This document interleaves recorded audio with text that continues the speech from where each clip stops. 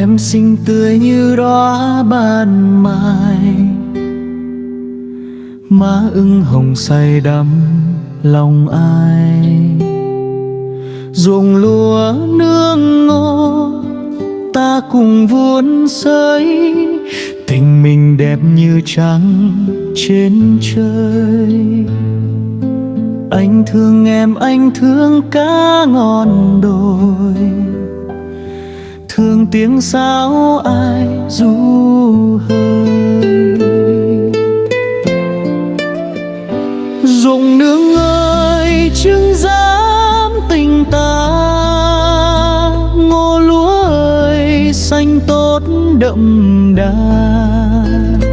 Yêu em yêu cả quê mình, tình